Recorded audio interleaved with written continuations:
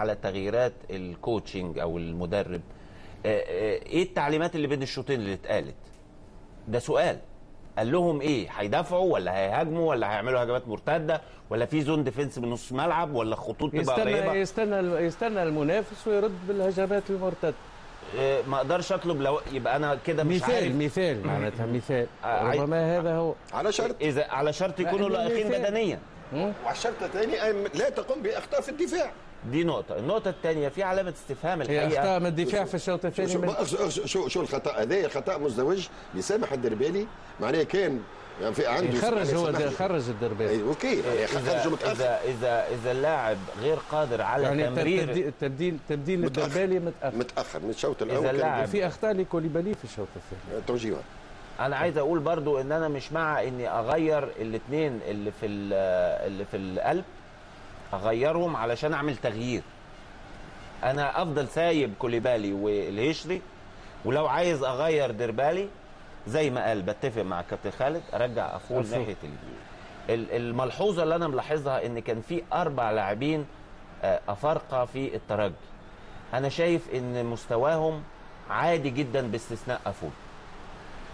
مستوى لا يليق بالترجي، ده رأيي، لأن اللاعب اللي بيلعب مكان انرامو مش مستواه كمهاجم.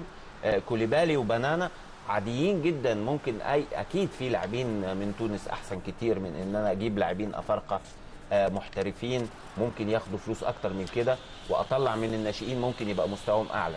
دي ملحوظه لاحظتها، لان في 4 لاعبين موجودين كانوا في الملعب من افريقيا. اللي واضح جدا في الشوط الثاني ان بخلاف الجانب البدني، الجانب الدفاعي واضح جدا ان هتلاقي الانفراد اللي شفناه في الكرة اللي قبل كده اللي اتكلمنا عنها في الريد بي، هتلاقي ان عدد لاعبي الوداد ممكن يكونوا اكتر من المدافعين، المهاجمين اكتر، وده معناه ان حصل انطلاق للاعيبه الوداد. وهنا بيجي دور دي كاستال بين الشوطين بيقول ايه للاعبين وهم جاهزين بدنيا، وبالتالي بيعلي الروح المعنويه العاليه، وفي نفس الوقت بدي حريه في الانطلاق دون لكن اللي قاله دي كاستيل اكيد كان ايجابي جدا جدا، بدليل ان من بدايه الشوط دي كاستيل كان ايجابي، بدليل صحيح هشام، بدليل ان من اول الشوط الثاني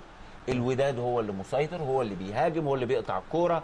هتلاقي الاطراف الخلقي بيوصل لغايه ال 18 وبيحاول ان هو يعمل كرات عرضيه. الاكحل ليه دور مهم جدا، حتى اجده لما قبل ما يطلع هو اللي سدد. هذه فرصه الدراجي الاخيره باستثناء.